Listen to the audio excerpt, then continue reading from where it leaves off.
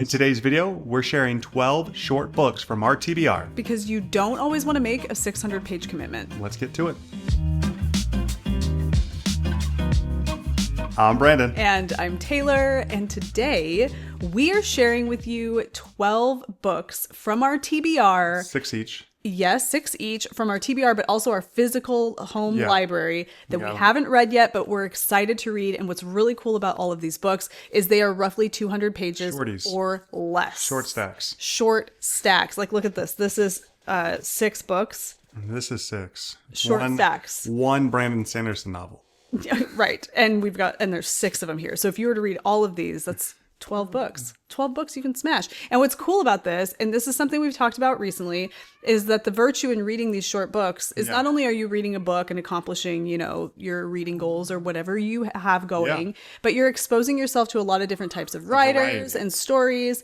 Yeah, without having to make real long-term commitments to anything. So, I mean, it's easy to... New genres, new authors, new everything. Right. I feel like you're less likely to DNF a short book, even if it's not vibing with you, because you figure I may as well just finish it because it's just not... I'm almost there It's anyway. not a huge commitment. Yeah. So that's kind of what we're doing with this. I'm having a real big short book moment right now, and I'm loving it. Right.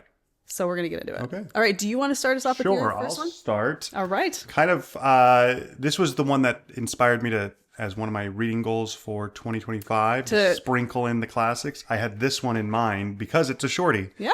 And that is Of Mice and Men by John Steinbeck. It's only... Steinbeck? Did you say Steinbeck? Steinbeck? Steinbeck. Yeah. I'm just teasing you. It's only 107 pages. You could smash that in a And day. I think I could finish this tonight. It's not only 107 pages. It's like if you were to stretch that out to the size of an actual book, look at how small that book is in your hand. Yeah, this is a small book. I can palm it with one hand. Manhandle that sucker. I'm surprised it was $2.99 at Savers. Yeah, well, it's classic literature. It is. You're right. Yeah, but I'm interested in it. I know that your brother is a big huge Steinbeck fan. I've read Cannery Row. Yeah, which is another good shorty. Yeah. Great characters. So I'm interested into it. Yeah, that's good. I think this will be the first of the shorties that I share today that I will end up reading. What do you know about this book? I don't know anything, and that's how I like to go in. Really? I just know people like it. So I don't know anything about it either, but underneath this really obnoxious Savers sticker, I see a thing on here that says a thriller, gripping tale.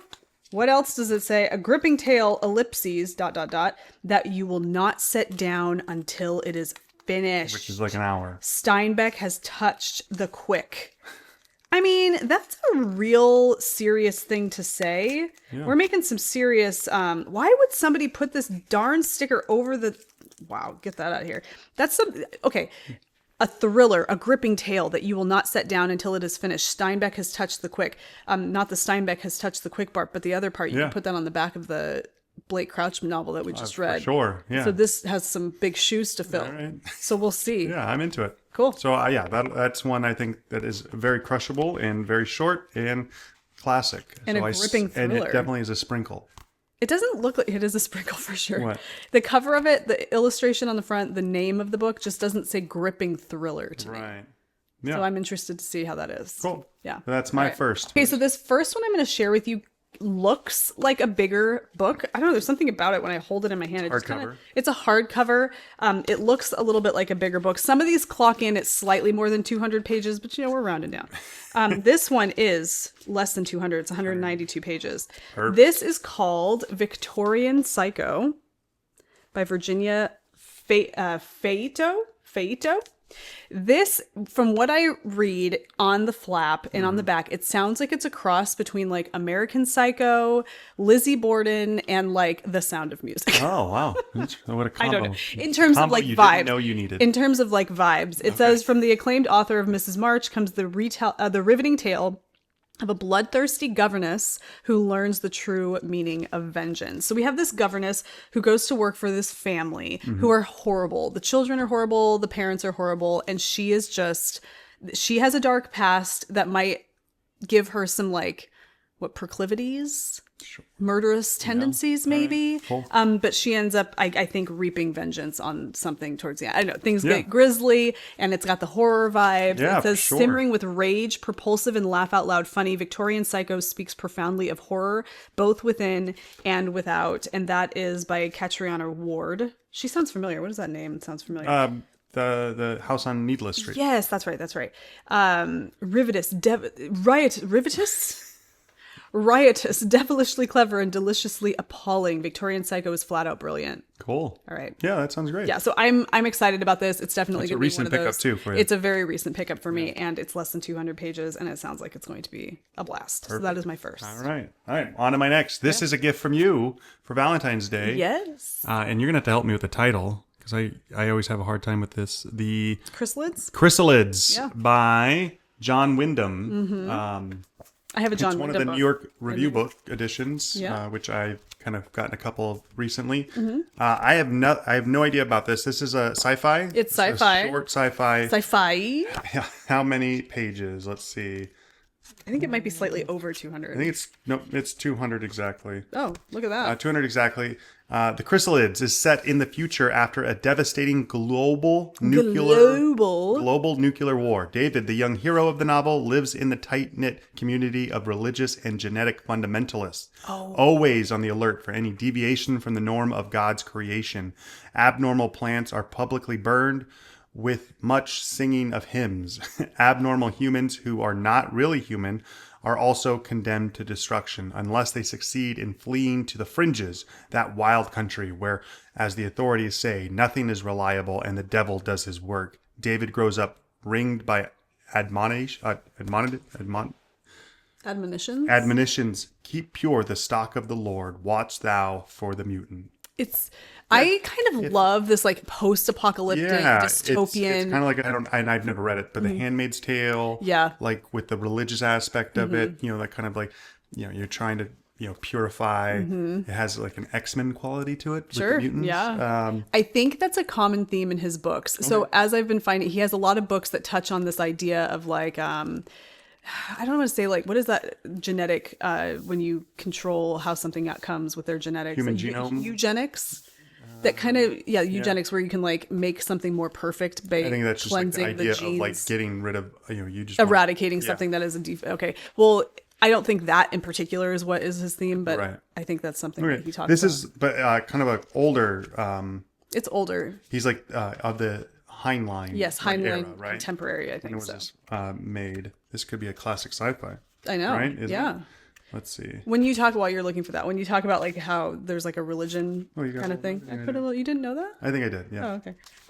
That book I'm reading, City of Ember, has a group of 1955, which is I think the same as like the science book, isn't it? Maybe. But the City of Ember is a book that I'm reading. If you caught our update video, and it has a group in it. It's dystopian, post-apocalyptic, that are the believers, and they kind of are the same type of. But it's written for middle grade, so it's not quite as like. Yeah. No. I'm cool. Intrigued. Good. That's great. I like it. Well, okay, so you have John Wyndham. I have a John Wyndham that I picked up at the same time that I picked that one up for you. And this is called The Midwich. I couldn't, and there's a couple of reasons. This is called The Midwich Cuckoos. It is. Look at how cool that is. I literally, when I found these books, I was looking in the sci-fi section, short books on my mind. I was just looking for thin spines. I was like, I just want to find the thin spines and see if it's something I would like. Because that was kind of my goal, was to look for short books that I might be interested in within the genre of sci-fi. And so I found this. And there's a lot of books that have this really cool illustration. It's beautiful. The Midwich Cuckoos.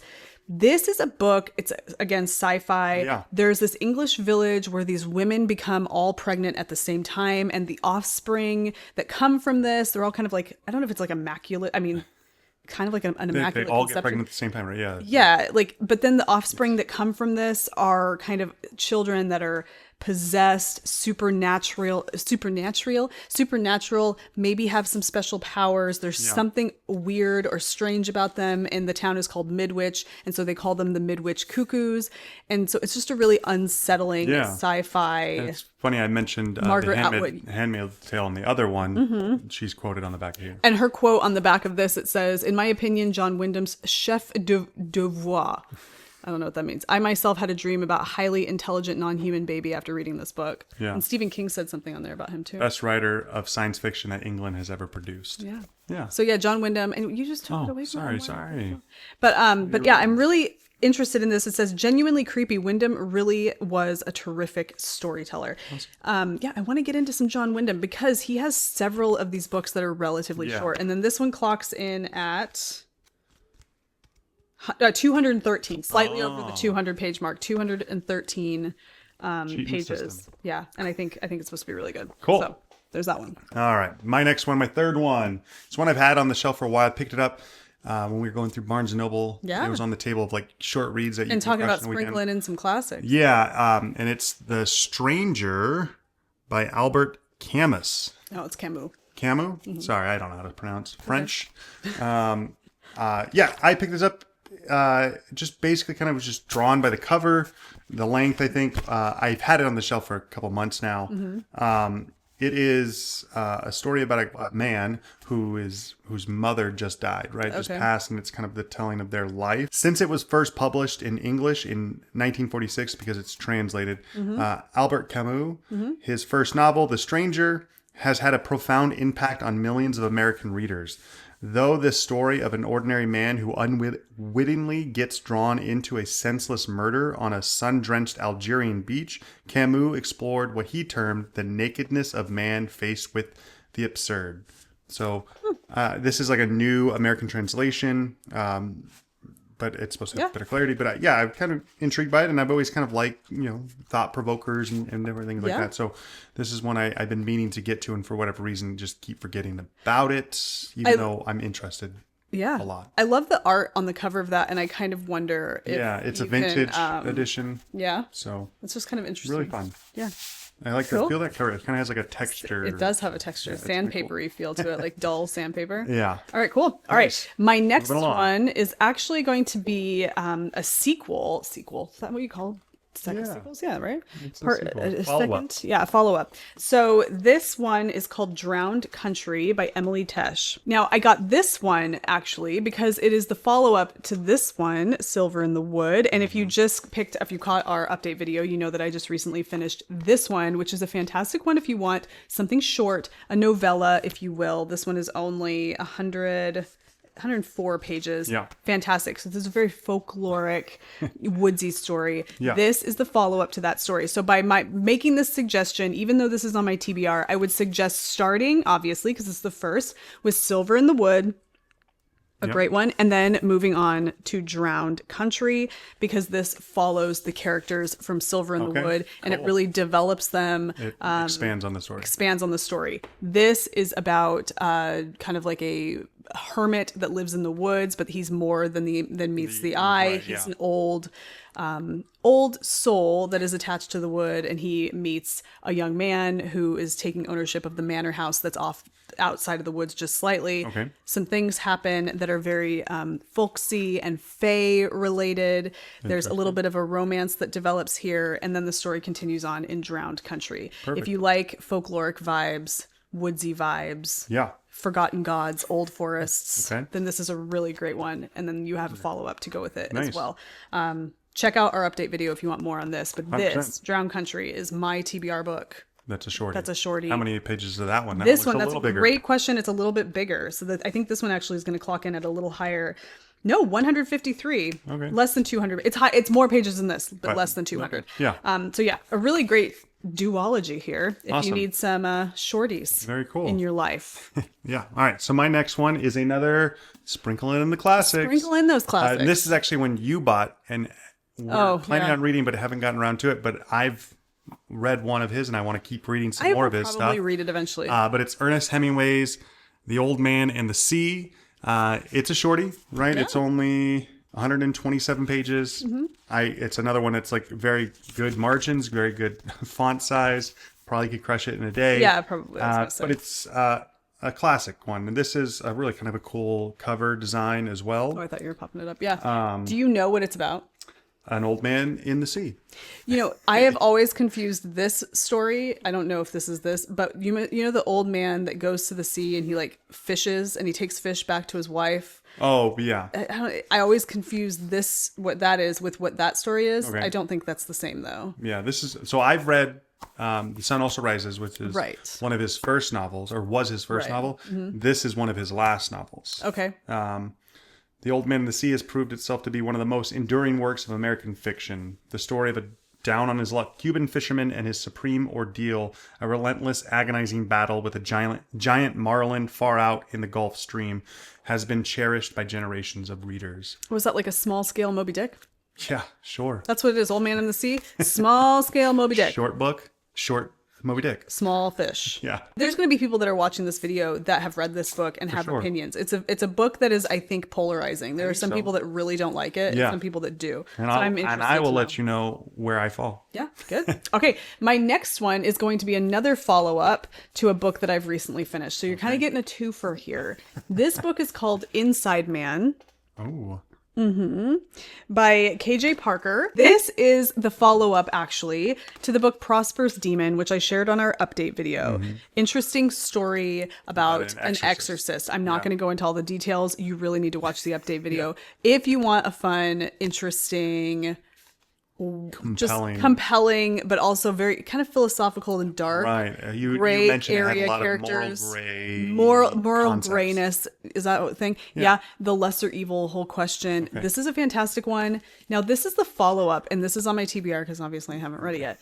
The thing that really compelled me to get this, because you don't have to read this, you can read this and be done. But what really compelled me to get this was the front blurb right here. Okay. It says, "This is as if Deadpool had slipped into the body of the Witcher Geralt." Oh, perfect. Yeah. You don't like Deadpool, but you do love the Witcher. I've never seen Deadpool. This book here, so the first book follows the exorcist. Okay. This book follows a demon. Oh, okay. So you have two different perspectives. Right, nice. And so it's supposed to be really interesting. It says, KJ Parker returns to the amoral world of Prosper's Demon with a wry, sardonic novella that flips the eternal, rule-governed battle between men and demons on its head. But honestly, it sold me with slipped into the body of Deadpool in the body of the Witcher Geralt. I love that because I'm a huge Witcher fan and I love Geralt. So that is Inside Man. This guy clocks in at 126 pages. Guys, these are crushable. Yeah, hello. Crushable. And then if you're reading both books in the duology, look at you. Done in a weekend. Yeah. All right. All right. You're next. All right. My next one is a follow-up. Well, it's not a follow. Like, I don't think but it's in the same... is it the same character? Yeah. Oh, okay. Yeah, I guess it was a follow-up. We read this together. Yes. The first one. What Moves the Dead? Yeah, What Moves the Dead by T. Kingfisher. But this is the follow-up to that. What Feasts at Night by T. Kingfisher. After their terrifying ordeal at the Usher Manor, Alex Easton feels as if they just survived another war.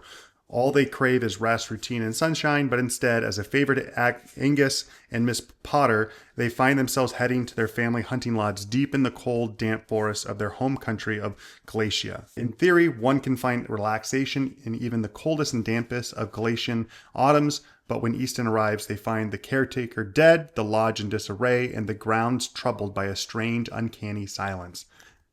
Yeah, so we really enjoyed the What Moves the Dead. Yeah. It was creepy, kind of like unnerving a little bit. My first foray into T. Kingfisher. Yeah, and this I've been wanting to get into this. We almost wanted to read it together again. Yeah, we should. I feel like we need to pick up another together book. And but What Moves the Dead, what got me into other T. Kingfisher, which got me all down the Saint of Steel series. And I've read so many now. It got me into Nettle and Bone, which you did not like. No. But yeah, this is only like 151 pages. Yeah, and that's super that's including the acknowledgements. So there's actually I have not been including the acknowledgements. I just looked at the last page. So. Yeah, but that's good. Okay, so that one's a good one. The first one that we mentioned is good, so that can give you two. All right, this next book that I have is one that I didn't think I would be interested in until I saw Monzi on her YouTube channel talk about the synopsis of this book. So this is the book I Who Have Never Known Men, and this is by Jacqueline Harpman. I've seen this book at Barnes & Noble and it just never really caught my attention. But then she mentioned it and she gave the synopsis for it. And I was listening to her. I was like, it's nothing like what I imagined it would be just based on the title. And it sounded fascinating to me. And she says that it's a gripping page turner. Anyway, Apparently, there's like 39 women that are stuck underground in a cage. We don't know why they're there, but they're there, and they've been there for, I don't know, the way Monzi described it was like a long time. A long time. And they just exist down there in the dark. And it's about... Are they being fed? They must be. Right. And they're being watched over by guards. Okay. But they don't have any memory of how they got there or why they're there. They don't know what time it is. And they don't know anything about their lives prior to being there. Amnesia. Kind of. They have like a vague recollection of what they were before they were there. It says deep underground, 39 women live imprisoned in a cage, watched over by guards. The women have no memory of how they got there, no notion of time, and only a vague recollection of their lives before. As the burn of electric light merges day into night and numberless years pass, a young girl, the 40th prisoner, sits alone and outcast in the corner. Soon she will show herself to be the key to the others' escape and survival in the strange world that awaits them above ground. Yeah. And it sounds like this book, just as soon as you get started, it locks you in and you are flipping pages until it's finished. Right. And that it's dark and it's heavy and it's difficult to read for all of these reasons, but at the same time, you're just pulled through it because you just have to know like what is going on. And so it sounded absolutely fascinating to me. This book was written a while ago. So, oh, no, I'm sorry. No, the author is an older author. I don't know if she's still alive, but this was written in 1995. But Jacqueline Hartman, she was born in Belgium in 1929. Oh, okay. And apparently this, informed by her background as a psychoanalyst and her youth in exile, this is a haunting, heartbreaking post-apocalyptic novel of female friendship and intimacy and the lengths people will go to maintain their humanity in the face of devastation. Oh, wow. Okay. And it just sounded really interesting. Yeah, so definitely not what I would have expected just based on the title. Me neither, but look at this cover. You know the granny squares I'm making? How fun is this one going to be? So pretty. Yeah. This book clocks in, I just like saying clocks in, at 173 pages. 173 pages. Yeah. Cool. You can crush it. Yeah. I'm excited about that. All right. My next one and last one that I'm sharing today is one I've had for a while as well. It's Stephen King's The Body. Is this a middle grade book? Meaning, is it for kids? Like, is it a young adult? I don't think so. No, because I know the movie's not. Yeah, I don't think he is. But this is the book that inspired, or the adaptation is Stand By Me, which is a great movie. I love that great movie. Amazing soundtrack. Loved the movie growing up as a kid. I had watched it, I don't know how many times. I've watched it recently. Watched it with our the kids. But I guess I never growing up knew that it was adapted from a book. And so when I saw this on a shelf, I think we were at Walmart. Yeah. Like browsing. We were at Walmart. Yeah. And I saw this and I was like, oh, I don't know this book by Stephen King, The Body. And then I realized, and it has the thing in here, includes an excerpt from fairy tale, so it doesn't tell you anything. But then I'm reading, I was like, hey, this sounds like Stand By Me. And then I read it. It's adapted into the 1986 classic film Stand By Me. You had no idea. I had no idea until I started reading it. But it's, if you're familiar with Stand By Me, it's about these boys that go on this journey together to go see a dead body and like what that's like for them, and kind of it's like a coming of age almost. Like, do you think I'm weird? Definitely. No, man, seriously. Am I weird? Yeah, but so what? Everybody's weird. One of the boys, he lost his brother recently, and so he's kind of dealing with that and what that means for him. So yeah, I've only ever seen the movie, and the movie's great. And when I think I've mentioned that I picked this up in one of our previous videos. People have always said, it's great. You got to read it. So I'm super excited to have this be a Stephen King book, and it's one that's a Stephen King that's not super long. How long is it? It doesn't. Oh, that's the excerpt. It's 179 pages. Yeah. Hello, that's a shorty. Yeah, it's great, especially now that I've been reading the Dark Tower series, which are like 400, 500, 600 page behemoths. This is a refreshing break. Little palate cleanser of Stephen King. Yeah, that's good. I like it. That's it. Okay, I have one more. Oh, yeah. Is that 6 for me? That's 6 for you. Actually, it's like 8. Well, I know. I guess those are 2 for a couple of times. Got a double dose. I just picked this up. I just finished the book Strange Pictures by Uketsu, which is a Japanese horror mystery novel. I talk about it in the update video. It's got me intrigued to read some more Japanese literature. I like the vibe. Yeah. It's something cozy about the vibe. Even that one, which was like horror mystery, right? Giving me cozy vibes. Now, I haven't read anything by Murakami. Right. And I know that that's a little bit different. Okay. We shall see.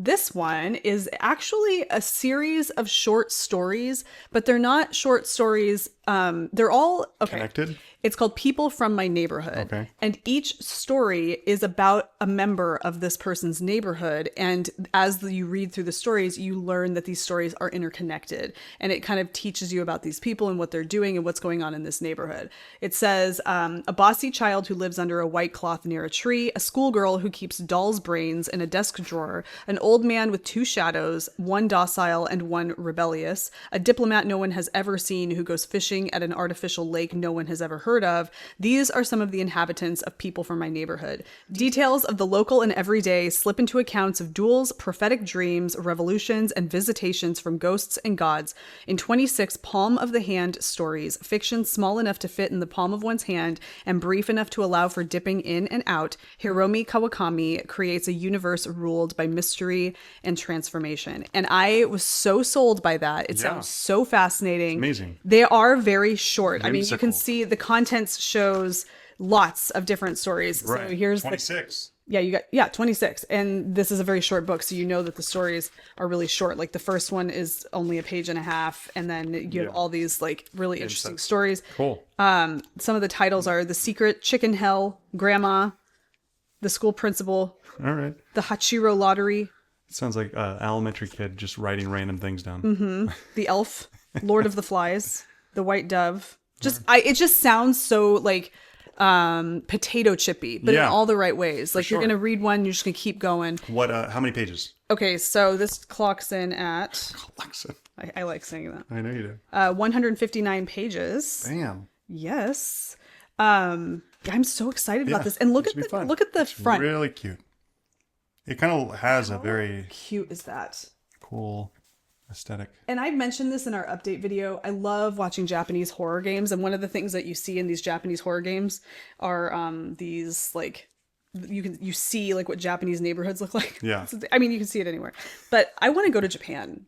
It just looks so cool. These neighborhoods, for sure. like everything is so cozy. Right. I don't know. So, People from My Neighborhood by Hiromi Kawakami, translated by Ted Goosen. Super excited about this book. This is another one that I can't wait to make a granny square. Yeah, that'd because be the cool. colors are super fun. Very nice. So that is it. These are wow. Yeah. Hello. We hope you guys enjoyed this Yeah. and found something here that maybe you'd be interested in adding to your TBR. Yeah. Do you have any short book recommendations for us or for others? Leave it down in the comments. Yeah, we categorize a short book as anything less than 200 pages, but anything a little bit over that could round to 200 or less. Yeah. I figure.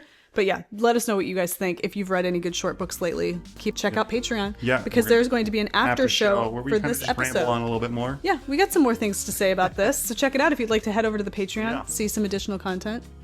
Yeah. Perfect. All right, we'll catch you guys in the next one. Bye.